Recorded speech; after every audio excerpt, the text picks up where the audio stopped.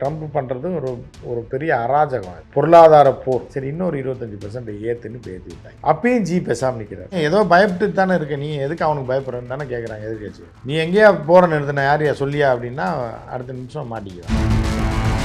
ஜெய்சங்கர் ஒரு வேலை பண்ணியிருக்காரு. போய் சீன பிரதமர் ஜின்பிங்கை சந்திச்சுட்டு வந்திருக்காரு. மோடி 31ஆம் தேதி போகிறாரு அப்படின்றது ஒரு காய் நகர்த்தல் அமெரிக்காவுக்கு ஒரு பயத்தை ஏற்படுத்தும். நீங்கள் பார்த்தீங்கன்னா நீண்ட காலமாக நம்மளோட உறவு சைனாவோட தான் இருந்தது. அமெரிக்கா இப்போ கண்டுபிடிக்கப்பட்ட நாடு. இந்த ரஷ்யா, சைனா, இந்தியா 3 சேர்ந்ததுன்னா ட்ரம்ப் எங்கே நிற்பான்னு தெரியாத அளவு ஓட விடலாம். இங்கே உள்ள சாதாரண டெக்னீஷியனுக்கும் அமெரிக்காவில் உள்ள சாதாரண டெக்னீஷியனுக்கும் இவன் தான் உயர்ந்தவனாக இருக்கான். அதனால தான் இவன் அங்கே போய் அவனை காப்பாற்றிக்கிட்டு அவன் இங்கே வேலைக்கு வரல. அப்படிப்பட்ட ஒரு பவர்ஃபுல்லான நாடு இந்தியா. ஆனால் இந்த அரசாங்கம் சரியான நடவடிக்கையை முடிவு எடுக்காததுனால இதெல்லாமே எப்போ முடிவுக்கு வரும் சார்? முடிவு ஒன்று, ட்ரம்ப் பதவியை விட்டு இறங்கினா இன்னும் ஒரு 3 வருஷத்துக்கு விட்டார். ஆச்சி கொழுக்கட்டை மாவு வந்தாச்சு. ஆச்சி கொழுக்கட்டை மாவிற்கு கொழுக்கட்டை அச்சை கேட்டு வாங்குங்கள். ஹாலிடேஸ்னாலே அது நம்ம ஜிடி ஹாலிடேஸ் தான். GT holidays, South India's #1 travel brand. You know you are special when you're with GT Holidays. ஜெயச்சந்திரனின் அடடா ஆடியோ ஆஃபர் 5 முதல் 70% வரை டிஸ்கவுண்ட். வணக்கம் சார். வணக்கம். ட்ரம்ப் அவர்கள் அதிபராக பதவியேற்றதுல இருந்தே இன்னைக்கு வரைக்குமே அந்த பரஸ்பர வரி அப்படிங்கிறது ரொம்ப ஒரு பரபரப்புக்குள்ளாக்கிட்டே இருக்கு. முதல்ல இந்தியாவுக்கான வரி அப்படிங்கிறத போட்டாரு 25% அப்படிங்கிறது இன்னைக்கு 50% உயர்ந்திருக்கு. இது ஆரம்பத்துல இருந்து இப்போ வரைக்கும் எப்படி புரிஞ்சுக்கலாம் சார்? ட்ரம்ப் அவர்களுடைய போக்கையும் சரி, இந்த வரி விதிப்பையும் சரி. ட்ரம்ப் ஒரு தடாலடி பார்ட்டி. ஓகே, அது உலகத்துக்கே தெரிஞ்சது, அவங்க குடும்பத்துக்கும் தெரிஞ்சது தான். அது எல்லாருக்கும் தெரியும். ட்ரம்ப் ஒரு தடாலடி பார்ட்டி. அதாவது எப்படின்னா, ட்ரம்ப் ஒரு வியாபாரி. முதல்ல வியாபாரிகள் பொறுத்தளவுக்கு யாரையும் பகைச்சிக்க மாட்டாங்க, மிரட்டுவாங்க, அப்புறம் டம்முன்னு காலில் விழுந்துருவாங்க. இப்படி பல வியாபாரிகள் இருக்காங்க. இதுதான் வியாபாரிகளோட யுக்தியாக தான். யாரையும் சண்டை போட்டு நீயா நானான்லாம் நிற்க மாட்டான், மிரட்டுவாங்க.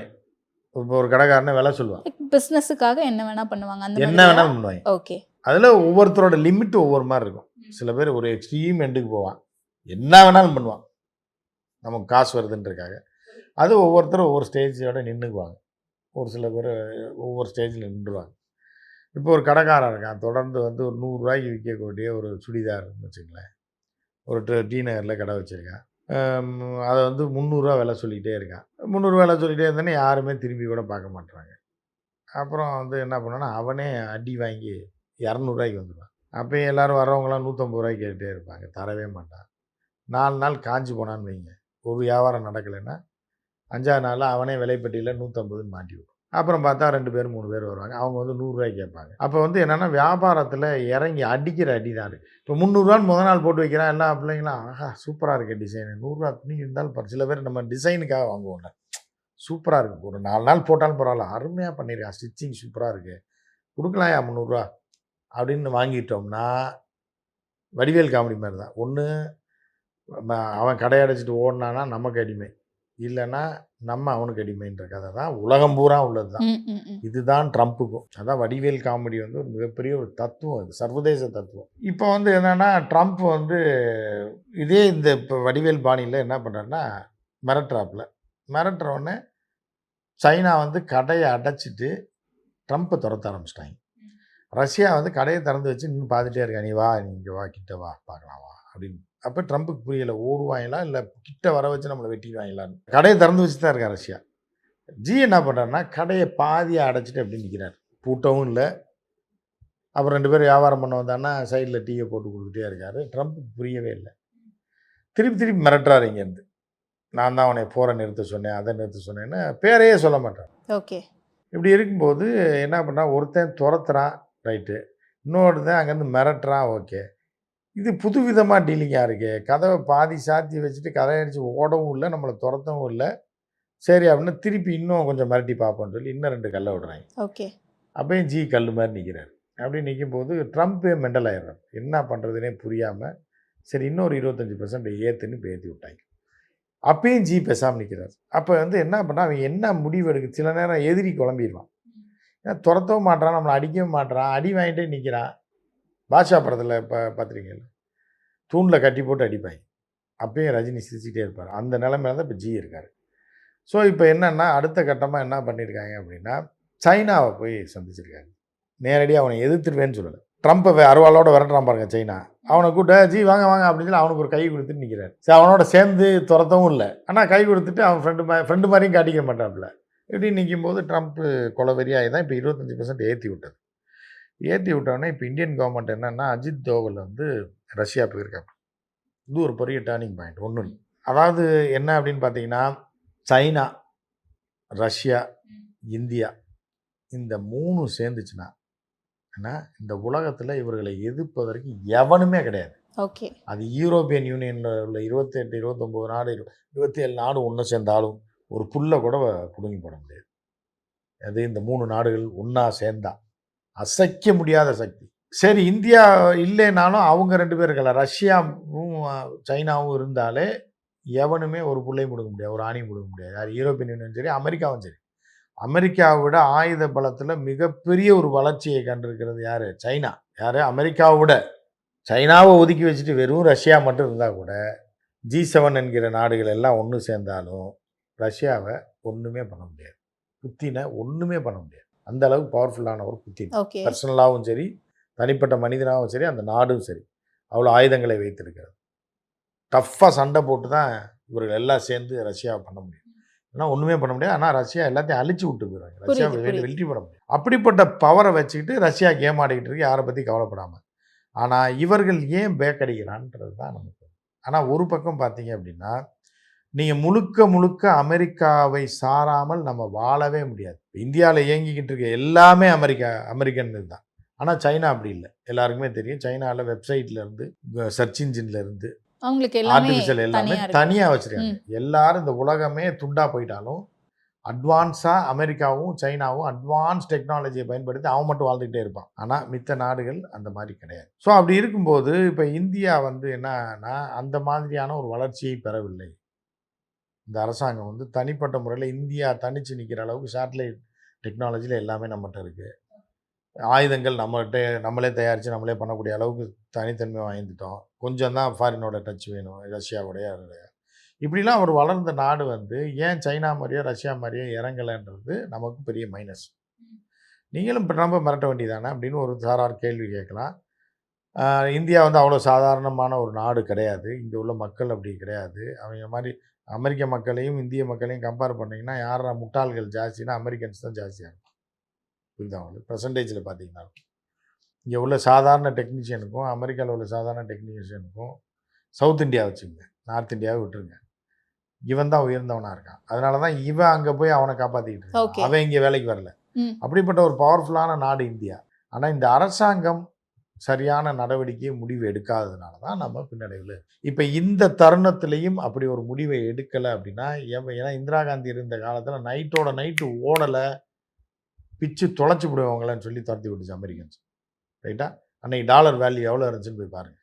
சாதாரண மொரார்ஜி தேசாய் ஏன்னா குறுகிய காலம் ஆட்சியில் இருந்தவர் என்ன மாதிரியான ஒரே நாள் நைட்டில் கொக்கோ கோலாவிலேருந்து அவங்கள எல்லா ப்ராடக்ட்டையும் நாளை காலையில் உங்கள் கம்பெனிங்க இருக்கக்கூடாது, நீ என்ன இது பண்ணுவியோ பண்ணிக்கோ அப்படின்னு சொல்லி துரத்தி விட்ட ஜார்ஜ் பெர்னாண்டஸ் அமைச்சராக இருக்கும்போது துரத்தி விட்ட இந்தியா வேற. இன்றைக்கி வந்து இவர்கள் ரொம்ப மற்ற ரகமான ஒரு ஆட்சி நடக்குது. இந்த மோடி ஆட்சியாக தான் நம்ம பார்க்க வேண்டியதாக. சாதாரண மொரார்ஜி தேசாய் இப்போ எந்த மெஜாரிட்டி இல்லாமல் ஆட்சி நடத்திக்கிட்டு இருந்த ஆட்சி காலத்தில் நைட்டாக அமெரிக்கன் நிறுவனத்தை பூரா எடுத்துகிட்டு ஓடுறான்னு சொன்ன காலம். அன்றைக்கி நம்மகிட்ட ஒன்றுமே கிடையாது. சேட்டலைட் டெக்னாலஜி கிடையாது, ராக்கெட்டு கிடையாது, அது கிடையாது, நவீன ஆயுதம் கிடையாது, எதுவுமே இல்லை. அந்த காலகட்டத்திலே மிரட்டின தலைவர்கள் பெரிய ஆளா? இவ்வளோ ஆயுத பலமும் இவ்வளோ டெக்னாலஜி டெவலப்மெண்ட்டையும் எல்லாருக்கும் சவால் விடக்கூடிய ஒரு இந்தியாவை வைத்துக்கொண்டு பேக் அடிக்கக்கூடிய மோடி பெரியாளா? நீங்கள் இல்லை, 25% வரி முதல்ல போடுறாங்க. ரஷ்யா கிட்ட இருந்து எண்ணெய் வளம் எடுக்கக்கூடாது இந்தியா அப்படின்னு சொல்றாங்க, வாங்கக்கூடாது. அவன் யார் சொல்றதுக்கு?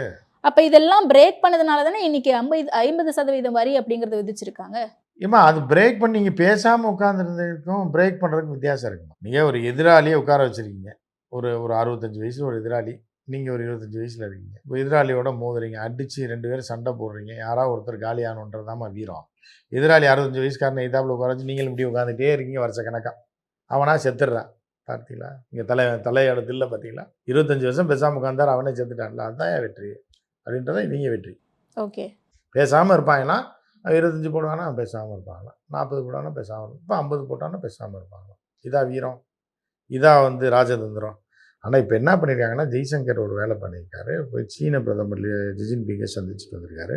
மோடி 31ஆம் தேதி போகிறாரு அப்படின்றது ஒரு காய் நகர்த்தல் அமெரிக்காவுக்கு ஒரு பயத்தை ஏற்படுது. Okay okay. அது போக இப்போ அஜித் தோவல் முந்தா நாள் சைனா ரஷ்யா போயிருக்கிறதும் அஜித் தோவலுக்கும் புத்தினுக்கும் ஒரு நல்ல அண்டர்ஸ்டாண்டிங் இருக்குது. ஸோ அஜித் தோவல் டீலிங் வந்து புத்தினுக்கு ரொம்ப பிடிக்கும். ரஷ்யான்னு வரும்போது நமக்கு அது ஒரு ஃப்ரெண்ட்லி கண்ட்ரியா இருக்காங்க. பட் சைனான்னு வரும்போது அது நமக்கு செட் ஆகாது. அது வந்து என்னன்னா ஆரம்பத்திலே அந்த சண்டை வந்துடுச்சு, இடச்சண்டை வந்ததுலேருந்து அப்படியே நமக்கு அப்படியே அவனுக்கு பார்டர் பிரச்சனை. ஆனால் நீங்கள் பார்த்தீங்கன்னா நீண்ட காலமாக நம்மளோட உறவு சைனாவோட தான் இருந்தது. அமெரிக்கா இப்போ கண்டுபிடிக்கப்பட்ட நாடு. சைனாவோட தான் நம்மளுடைய நீண்ட கால உறவுகள் நெருக்கமாக இருந்தது. மன்னராட்சி காலத்திலேருந்து அப்படின்னு பார்த்தீங்கன்னா சோழ மன்னர்கள் காலத்துலேருந்து சைனாவோட மிகப்பெரிய உறவு நமக்கு இருந்தது. கல்ச்சுரலாக இருந்திருக்கு, எல்லாமே இருந்திருக்கு. ஆனால் இந்த காலகட்டத்தில் ஒருங்கிணைந்த சைனான்னு வரும்போது, ஒருங்கிணைந்த இந்தியான்னு வரும்போது அது கொஞ்சம் குளறுபடியாக மாறிடுச்சு. இப்போ நார்த் ஈஸ்ட்டில் கொஞ்சம் இடத்த அவன் பிடிச்சிட்டான், நம்ம சண்டை போட்டோம், தோத்தோம். அதுக்கப்புறம் திருப்பி இப்போயும் வரைக்கும் அவனுக்கு மைனஸில் தான் போயிட்டுருக்கோம் நம்ம. ஸோ இப்போ வந்து அந்த உறவை புதுப்பிப்பது தான் நல்லது சீனாவோட. அதை இப்போது புரிந்து கொண்டு போயிருக்காரு. ரஷ்யா சைனா இந்தியா 3 சேர்ந்ததுன்னா ட்ரம்ப் வந்து எங்கே நிற்பான்னு தெரியாத அளவு ஓட விடலாம். அதை இப்போது தான் இந்தியா வந்து இந்த ஒரு 10 நாளாக தன்னுடைய ஸ்ட்ராட்டஜிக் மூவை மாற்றிருக்கு. Okay okay. மாற்றி இப்போ ஜி ஜின்பிங்கை போய் மோடி 31ஆம் தேதி சந்திக்கிறாரு. இதன் மூலமாக மாற்றங்கள் வரும். ஆனால் என்ன இது பண்ண போயா நீ வேற நீ எல்லாம் ஒரு ஆள் அப்படின்ற மாதிரி ட்ரம்ப் ஏன் பேசலை ட்ரம்ப்பை அப்படின்றதுக்கு மோடிக்கு அங்கே செக் வச்சிருக்காங்க. ஓகே. இல்லை அதான் நீங்கள் செக் வச்சதுனால தான் அவர் இப்படி பயப்படுறாருன்றது ஒரு தரப்பாரு. புரியுது. அது அப்போ நாடாளுமன்றத்தில் எதிர்க்கட்சியினர் கேள்வி எழுப்புறது, ட்ரம்ப் அவர்கள் குறித்து நீங்கள் எதுவும் எதிர்த்து பேசாமல் இருக்கிறது, ஏன் கேள்வி எழுப்புறது, எல்லாமே நியாயமான கேள்விகளாக புரிஞ்சுக்கலாம். ஆமாம், நியாயமான கேள்வி தான் அது. அரசியல் பண்ணுறாங்க. ஆமாம், இவர் ஏதோ பயப்பட்டு தானே இருக்க, நீ எதுக்கு அவனுக்கு பயப்படுறன்னு தானே கேட்குறாங்க எதிர்கட்சி. நீ எங்கேயா போகிற நிறுத்தின யாரையா சொல்லியா அப்படின்னா அடுத்த நிமிஷம் மாட்டிக்குவார். அவங்க வேலை பல ஆதாரங்களை வைத்து கொண்டு இவர் தைரியமான கவர்மெண்ட்லாம் கிடையாது. இப்பயும் சைனாவோடய ரஷ்யாவோட போகிறது ரொம்ப ஏறி அடிக்கிறானே, தப்பிக்கணும், உயிர் பொழைக்கணுன்றக்காக போய் எங்கேயோ ஒளிய போகிறாங்க ரஷ்யாலே சைனாலே. அப்படி தான் போதே தவிர ஒரு தைரியமாக இந்திரா காந்தி மாதிரியோ நேரு மாதிரியோ ஒரு வீரமான கவர்மெண்ட்லாம் இது கிடையாது. அதிரடியான முடிவு இந்த நாட்டுக்காக நாட்டு மக்களுக்காக எடுத்த இந்திரா காந்தி போன்ற ஒரு தலைவர்லாம் மோடி கிடையாது. ராஜதந்திரன்ற பேரில் கொண்டு போய் எங்கிட்ட குடிசைக்குள்ளே ஒளிஞ்சுக்குவாங்க. இந்த மாதிரியான இதுதான் இப்போ சைனாவோட ரஷ்யாவோட எப்படியோ ஒளிஞ்சு கேட்ட போய் தொலையிட்டோம். ட்ரம்ப் பயப்பட்டா சரி, ஏதாவது ஒன்று பண்ணி தொலைஞ்சா சரி, டாக்ஸி போட்டு நம்ம மக்களை போட்டு நசுக்காமல் இந்த கவர்மெண்ட் இருந்தால் சரி சம். Okay okay. ஆனால் இப்போ இந்த பரஸ்பர வரி விதிப்பு கூட இங்கேருந்து அங்கே இறக்கக்கூடிய இறக்குமதி, அமெரிக்காவில் இருக்கக்கூடிய இந்திய இறக்குமதி பொருட்களுக்கான வரியாக இருக்குது. ஆனால் இதனால் எந்த சிக்கல்கள் ஜாஸ்தியாக இருக்குது அப்படின்னு பார்த்தோம்னா அமெரிக்காவா இல்லை இந்தியாவுக்கா சார்? 2 பேருக்கு தான் சிக்கல். அவன் அதை காட்டிக்க மாட்டாங்க. புரியுதா உங்களுக்கு? இப்போ வந்து முதல்ல எப்படி இருந்ததுன்னா நம்ம வந்து வைரங்களை ஏற்றுமதி பண்ணுறோம். அது வருமானத்துக்கு தான், பெரிய அளவில் மக்களுக்கு பெரிய லாபம் வராது. குஜராத்காரனுக்கு மட்டும்தான் லாபம். Okay okay. பெரும்பாலான பொருட்கள் இங்கேருந்து போகிறது இப்போ ரைஸ் அங்கே போயிட்டுருக்கு. ரைஸ் போகுது அப்படின்னா என்னன்னா 2 தரப்புக்கு 3 தரப்புக்கு நஷ்டம். எப்படின்னா இப்போ சவுத் இண்டியன் ரைஸ் இருக்குல்ல, இப்போ இங்கேருந்து போன ஆந்திரா, தமிழ்நாடு, கர்நாடகாக்கார நம்ம ஐடியில் ஒர்க் பண்ணுறவங்கள இவங்கெல்லாம் வந்து இங்கேருந்து போகிற ரைஸை தான் சாப்பிடுவாங்க. யூஎஸில் பாஸ்மதி ரைஸை டெய்லி போட்டு சாப்பாடு ஆக்க முடியாது. பாசுமதி எங்கேருந்து போகும்னா பாகிஸ்தான்லேருந்து போகும், பஞ்சாப் ஒரு சில இடத்துலேருந்து போகும், பாகிஸ்தான்லேருந்து தான் நிறையா போகும். இப்போ ஸ்ரீலங்காவில் நீங்கள் போனீங்கன்னா கூட பாகிஸ்தான் ரைஸ் தான் அங்கே நிறையா கிடைக்கும். ஓகே. நீங்கள் ஸ்ரீலங்காவில் போய் இந்தியன் ரைஸ் கிடைக்காது. இந்தியன் ரைஸ் வீம்பாக கேட்டு வாங்கினா மட்டும், இம்போர்ட் பண்ணி வாங்கினா மட்டும்தான். நீங்கள் கொழும்புல போனீங்க அப்படின்னா பூரா பாசுமதியெலாம் ரொம்ப சீப் ரேட்டு கிடைக்கும். லாங் கிரெயின் ரைஸு இதெல்லாம் எங்கேருந்து வருது அப்படின்னா பாகிஸ்தான்லேருந்து கம்மியாக, நம்ம இந்தியாவோட கம்மியான ரேட்டுக்கு அவன் கொடுப்பான். அதே மாதிரி தாய்லாந்து ரைஸு உலகம் ஃபஸ்ட்டு எக்ஸ்போர்ட்டில் டாப் வந்து வேர்ல்டில் தாய்லாந்து தான். ஆனால் நம்ம ஊர் தமிழர்கள்லாம் இருக்காங்கல்ல, அங்கே போய் அவர்கள்லாம் அந்த பொன்னி அரிசி சாப்பிட்டு பழக மாட்டாங்க. பொன்னி 5000 6000 அந்த அப்படி தானே பழகிருக்கேன்னா அந்த அரிசியை தான் தேடுவாங்க. ஸோ அப்போ வந்து அது ரேட்டு நமக்கும் அங்கே ஜாஸ்தியாகும், இங்கேயும் நமக்கு ஜாஸ்தியாகும். அது ஒரு வகையில் பாதிப்புன்ற ஒரு பக்கம் இருக்கும். ஓகே. இன்னொரு பக்கம் என்ன அப்படின்னு பார்த்தீங்க அப்படின்னா அமெரிக்காவில் இப்போ இங்கேருந்து இம்போர்ட் பண்ணுற டிஷர்ட்ஸ் இதெல்லாம் இருக்குல்ல, இது 2 நாட்டிலேருந்து பெருசாக போகும். இந்த ஏஷியாவிலேருந்து ஒன்று வந்து இந்தியா, இன்னொன்று வந்து பங்களாதேஷ், இன்னொன்று வந்து சைனா. 3ல் போகும். சைனா நம்மளை விட தர ரேட்டு கொடுப்பாங்க. இருந்தாலும் சைனாவுக்கு டேக்ஸ் ஜாஸ்தி. அதே மாதிரி நமக்கு வந்து 25% போட்டப்போ 35% பங்களாதேஷுக்கு போட்டால் நமக்கு இன்டர்நேஷ்னல் காம்படிட்டர் யாருன்னா பங்களாதேஷ். சமீபமாக ஒரு 15-20 வருஷமாக நிட்டிங் இண்டஸ்ட்ரியில் அவன் தான். ஸோ அவனுக்கு கூட இருக்கிறதுனால சரி 100 ரூபா விற்றுக்கிட்டு இருந்த பொருள் நம்ம பொருள் போகும்போது 125 ரூபாய் ஆகும், அவன் பொருள் 135 ஆகும்போது நம்ம பொருள் தான் விற்கும் அப்படின்ற மாதிரி ஆச்சு. இப்போ 50% போட்ட உடனே டோட்டலாக நம்ம மார்க்கெட் காலி ஆகிடும். இப்போ பார்த்தீங்கன்னா முட்டையை நாமக்கல் முட்டையத்தில் கோடிக்கணக்கான முட்டை தேங்கி போய் கிடக்கு. ரேட்னால அவன் ஆர்டரே கொடுக்கல. ரெண்டாவது இப்போ நிட்டிங் கம்பெனி இந்த திருப்பூர்லாம் பெருசாக டெக்ஸ்டைல் இண்டஸ்ட்ரி பாதிக்கப்பட்டிருக்கு. இது நமக்கு நஷ்டம் தான், ஓரளவுக்கு நஷ்டம் தான். ஆனால் இது தொடர்ந்து அதுக்காக அமெரிக்காவுக்கு நஷ்டம் இல்லைன்னா அமெரிக்காவுக்கு தான் நஷ்டம், அமெரிக்க மக்களுக்கு தான் நஷ்டம். ஏன்னா போன மாதம் வரைக்கும் 100 ரூபாய்க்கு வாங்கிட்டு இருந்த டிஷர்ட் இப்போ எவ்வளோ வரும்னா 150 ரூபாய்க்கு அவன் வாங்க வேண்டிய நிர்பந்தத்துக்கு போவான். யார்? அமெரிக்க மக்கள். அப்போ இது மக்கள் தடையில் தான் போய் விடியும். இப்போ ஐஃபோனுக்கு டாக்ஸ் கூட போட்டால் யார்? அமெரிக்க மக்கள் டாக்ஸ் கூட இப்போ 1 லட்ச ரூபாய்க்கு வாங்குற 1.10 கொடுத்து வாங்க வேண்டியிருக்கு. அவனுக்கு தான் லாஸ். ஓகே. அப்படின்ற மாதிரி தான் போகும். இது அவர்களுக்கும் தான் பாதிப்பு, நமக்கு பாதிப்புன்ற மாதிரி அவங்களுக்கும் பாதிப்பு. ஸோ இது எப்படி இப்போ இது ட்ரம்ப் பண்ணுறது ஒரு பெரிய அராஜகம். இது வந்து எப்படின்னா பொருளாதார போர் அப்படின்றது கூடிய சீக்கிரம் ட்ரம்ப் இதெல்லாமே ஒரு முடிவுக்கு வருமா? வந்துடும்.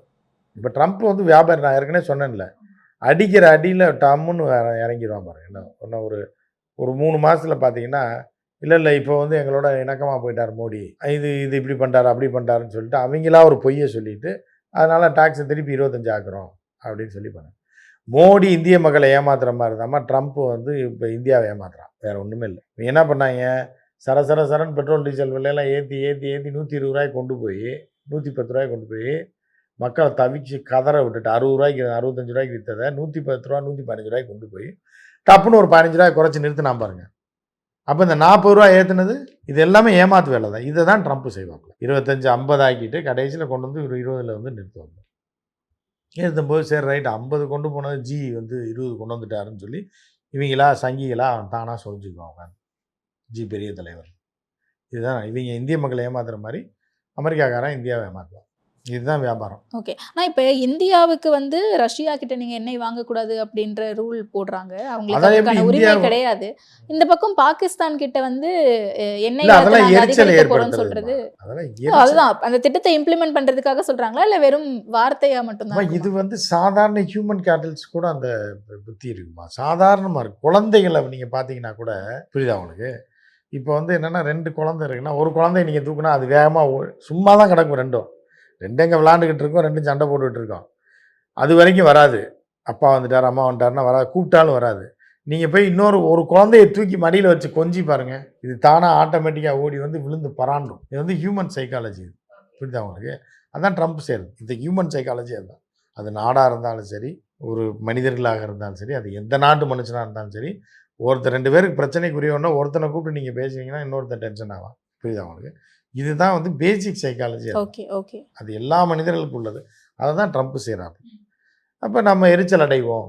அப்போ எரிச்சல் அடைச்சு என்னங்க அவன் கூப்பிட்டு பேசுகிறீங்க, நான் இது பண்ண மாட்டேனா இப்படின்றது தான் வந்து அது பேசிக்காக உள்ளது தான். அது வந்து எல்லா சாதாரண விஷயங்களை ஒரு கல்லூரிகள்லேருந்து எல்லா இடத்துலையும் நடக்கக்கூடிய குழந்தைங்கள்லேருந்து அப்படி தான். புரியுதுங்களா? இதுதான் வந்து இந்த யுக்தியை தான் ட்ரம்ப் கையாளுறாரு. ஓகே. பட் எரிச்சல் ஏற்படுத்துறது. இதெல்லாமே எப்போ முடிவுக்கு வரும் சார்? முடிவு ஒன்று ட்ரம்ப் பதவியை விட்டு இறங்கினா இன்னும் ஒரு 3 வருஷத்துக்கு இப்படி தான் இருக்கும். ட்ரம்ப் அதுக்குள்ளே விலைவாசி எல்லாம் எங்கேயோ போயிடும். இந்த உலகத்தில் எல்லாம் மாறி தான் வரும், மாறி தான் வரும். உலகம் வந்து எப்படின்னா மாறி தான் இந்த உலகம் அப்படியே போயிட்டு இருக்கும். நல்லது நடக்கும், போர் நடந்துகிட்டு இருக்கும், அப்புறம் பார்த்தா அமைதியாக இருக்கும். ஜப்பானியர்கள் மாதிரி கொடூரம் இந்த உலகத்திலே பார்க்க முடியாது. பல கொலைகளையும் கொடூரங்களையும் செஞ்சுருந்தா 40களுக்கு முன்னாடி. இப்போ ஜப்பான் மாதிரி ஒரு நல்ல நாடு, அமைதியான நாடு, ஜப்பான் மக்கள் மாதிரி நல்லவர்கள், ஜப்பான் மன்னர் மாதிரி ஒரு அமைதியான மனுஷனை பார்க்கவே முடியாதுன்னு மாறிடுது. எல்லாம் இந்த உலகத்தில் எல்லாம் மாறிக்கிட்டே தான் இருக்கும். மேலே இருக்கிறது கீழே வரும், கீழே இருக்கிற மேலே போகுன்ற மாதிரி இப்போ ட்ரம்ப் ஆட்சியில் இப்படி நடந்துக்கிட்டு இருக்குது. பைடன் ஆட்சியில் பட்டு டுபாக்கூராக போயிட்டு இருந்துச்சு. ட்ரம்ப் ஆட்சியில் பல ப்ளஸ்ஸு நமக்கும் இருக்குது, மைனஸும் இருக்குது. இப்படி மாறி தான் போகிற மாதிரியாக தான் சூழல் இருக்குது. என்னென்னா ஜி வந்து தைரியமாக நிற்கணுன்றது தான் இந்திய மக்களோட விருப்பம்.